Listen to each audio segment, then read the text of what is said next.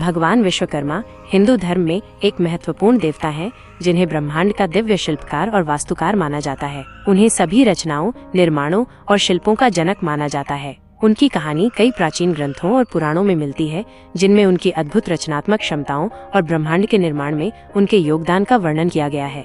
यहाँ भगवान विश्वकर्मा की कुछ प्रमुख कहानियाँ और पहलू दिए गए हैं। उत्पत्ति और स्वरूप। कुछ ग्रंथों में उन्हें स्वयंभू अर्थात स्वयं उत्पन्न होने वाला बताया गया है। कहीं कहीं उन्हें भगवान ब्रह्मा का पुत्र माना जाता है, जो ब्रह्मांड की रचना के कार्य में उनकी सहायता करते हैं। उनके स्वरूप का वर्णन करते हुए उन्हें बहुआयामी दृष्टि और अपार शक्ति से संपन्न बताया गया है। उन्हें अक्सर अपने हाथों में विभिन्न प्रकार के औजार और वास्तुशास्त्र के उपकरण लिए हुए दर्शाया जाता है, जो उनके शिल्पकार और वास्तुकार के रूप को दर्शाते हैं। उनका वाहन हंस या हाथी माना जाता है। प्रमुख रचनाएं। भगवान विश्वकर्मा को देवताओं के लिए कई अद्भुत संरचनाओं और हथियारों का निर्माण करने का श्रेय दिया जाता है, जिनमें से कुछ प्रमुख निम्नलिखित हैं। स्वर्गलोक, इंद्र का निवास स्थान। स्वर्गलोक का निर्माण उन्होंने ही किया था। सोने की लंका, रावण की प्रसिद्ध नगरी लंका, जो सोने से बनी थी, विश्वकर्मा द्वारा ही निर्मित मानी जाती है। द्वारका, भगवान कृष्ण की नगरी द्वारका का निर्माण भी उन्होंने ही एक ही दिन में किया था। इंद्रप्रस्थ, पांडवों की राजधानी इंद्रप्रस्थ की अद्भुत रचना भी विश्वकर्मा ने ही की थी। देवताओं के अस्त्र शस्त्र। भगवान शिव का त्रिशूल, भगवान विष्णु का सुदर्शन चक्र और इंद्र का वज्र जैसे शक्तिशाली अस्त्र भी उन्होंने ही बनाए थे। विभिन्न विमान और रथ। देवताओं के उड़ने वाले रथ और अन्य दिव्य वाहनों का निर्माण भी विश्वकर्मा द्वारा किया गया था। महत्व और पूजा। भगवान विश्वकर्मा को शिल्पकारों, कारीगरों, इंजीनियरों और वास्तुकारों का संरक्षक देवता माना जाता है। विश्वकर्मा पूजा का दिन इन व्यवसायों से जुड़े लोगों के लिए बहुत महत्वपूर्ण होता है। इस दिन वे अपनी मशीनों, उपकरणों और औजारों की पूजा करते हैं और भगवान विश्वकर्मा से अपने कार्य में सफलता और समृद्धि के लिए आशीर्वाद मांगते हैं। ये पूजा आमतौर पर हर साल कन्या संक्रांति के दिन मनाई जाती है, जो ग्रेगोरियन कैलेंडर के अनुसार सितंबर के महीने में आती है। कुछ स्थानों पर इसे दिवाली के अगले दिन गोवर्धन पूजा के साथ भी मनाया जाता है। पौराणिक कथाएं। एक प्रसिद्ध कथा के अनुसार जब भगवान शिव का विवाह देवी पार्वती से हुआ, तो उन्होंने विश्वकर्मा से उनके रहने के लिए एक सुंदर महल बनाने का अनुरोध किया। विश्वकर्मा ने सोने का महल बनाया। गृह प्रवेश की रस्म के लिए शिव ने ज्ञानी रावण को आमंत्रित किया। रावण महल की सुंदरता से मोहित हो गया और दक्षिणा के रूप में उसने महल ही मांग लिया, जिसे शिव ने स्वीकार कर लिया। एक अन्य कथा में भगवान सूर्य की पत्नी संज्ञा उनके तेज से परेशान होकर अपने पिता विश्वकर्मा के पास चली गयी। तब विश्वकर्मा ने सूर्य के तेज को कम करके उनके चक्र के विभिन्न भाग से विष्णु के सुदर्शन चक्र और अन्य देवताओं के अस्त्र बनाए। संक्षेप में, भगवान विश्वकर्मा हिंदू धर्म में रचनात्मकता, शिल्प कौशल और वास्तुकला के प्रतीक हैं। उनकी कहानियाँ उनकी अद्भुत क्षमताओं और ब्रह्मांड के निर्माण में उनके महत्वपूर्ण योगदान को दर्शाती हैं। उनकी पूजा न केवल कारीगरों और शिल्पकारों के लिए महत्वपूर्ण है, बल्कि ये हमें सृष्टि की रचनात्मक शक्ति और श्रम के महत्व का भी स्मरण कराती है। Absolutely. Here's the English translation of the story of Lord Vishwakarma. The story of Lord Vishwakarma.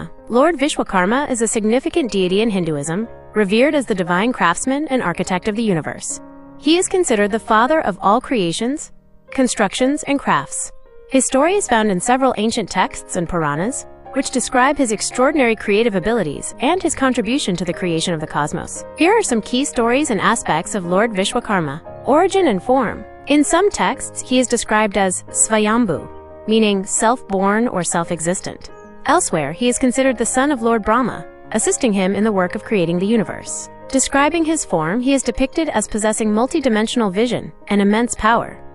He is often shown holding various tools and architectural instruments in his hands, representing his role as a craftsman and architect. His mount is considered to be a swan or an elephant. Major creations. Lord Vishwakarma is credited with building many wondrous structures and weapons for the gods, some of the most prominent being Swarga Loka, heaven. The abode of Indra, the king of the gods, was built by him. The Golden Lanka, the famous city of Lanka belonging to Ravana, which was made of gold, is believed to have been crafted by Vishwakarma. Dwarka. Lord Krishna's city of Dwarka was also built by him in a single day. Indraprastha, the magnificent capital city of the Pandavas, Indraprastha, was also created by Vishwakarma.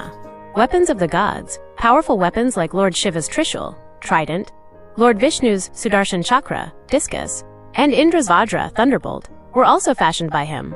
Various aircraft and chariots. The flying chariots and other divine vehicles of the gods were also constructed by Vishwakarma. Significance and worship. Lord Vishwakarma is considered the patron deity of craftsmen, artisans, engineers, and architects. The day of Vishwakarma Puja is very important for people associated with these professions. On this day, they worship their machines, tools, and implements, and seek the blessings of Lord Vishwakarma for success and prosperity in their work. This puja is usually celebrated every year on Kanya Sankranti, which falls in the month of September according to the Gregorian calendar. In some places, it is also celebrated the day after Diwali, along with Govardhan Puja. Mythological tales. According to a famous story, when Lord Shiva married goddess Parvati, he requested Vishwakarma to build a beautiful palace for them to live in. Vishwakarma built a golden palace.